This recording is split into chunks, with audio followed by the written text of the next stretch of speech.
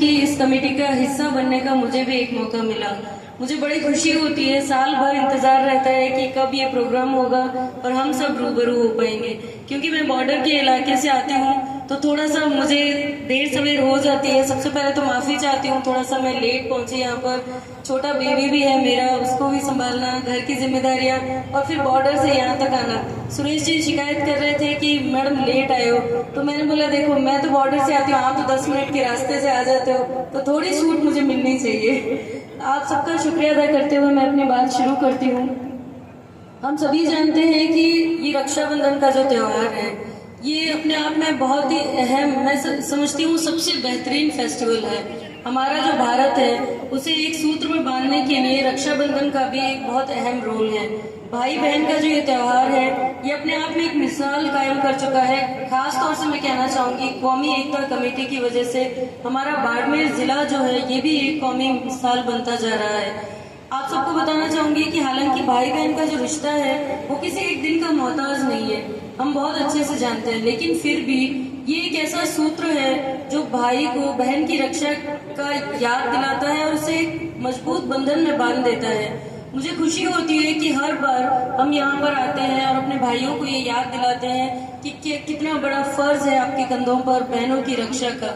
और मुझे खुशी इस बात की भी है कि मैं ऐसे एरिया से ताल्लुक रखती हूँ जहाँ के हमारे सभी भाई हम बहनों की इज्जत करते हैं, सम्मान देते हैं और अपने इन फर्ज को बखूबी निभाते हैं। ज्यादा बात तो नहीं करूंगी क्योंकि मुझसे पूर्व सभी वक्ताओं ने आपको इतिहास से भी रूबरू करवाया, आज जो हालात हैं उनसे भी रूबरू करवाया। मैं सिर्फ ये कहना चाहूंगी कि हम इस मिसाल को कायम रखें क्योंकि आज देश में हालात बिगड़ रहे हैं। मैं ये बात इसलिए कह रही हूँ कि क्योंकि हम परिवार के लोग यहाँ पर बैठे हुए हैं, हमें कहीं ना कहीं इस एकता को बचाना होगा। ये जो हमारे भाईचारे की जो ताकत है इसे हमें कायम रखना पड़ेगा। हमें न सिर्फ जाति धर्म में बांट करके हमारे इस इलाके की जो ये एकता है, ये भाईचारा है, इसे खत्म करने की कहीं कोई आवश्यकता नहीं है। मुझे लगता है कि ये सब बातें एकदम फिजूल है। हम जब स्कूल में होते हैं, जब छोटे छोटे बच्चे होते हैं, तब हम कभी धर्म जाति के बारे में सोचते भी नहीं, कभी दिमाग में भी नहीं आती। जब हम बड़े हो जाते हैं तब हम क्यों इन झगड़ों में फसादों में पड़ जाते हैं, मुझे समझ नहीं आता। मैं राजनीति से आती हूँ लेकिन मुझे नहीं समझ आती ये चीजें। मुझे लगता है कि हमें ऐसी राजनीति नहीं करनी चाहिए जो कहीं ना कहीं सिर्फ हमारा स्वार्थ हो और किसी और का नुकसान हो।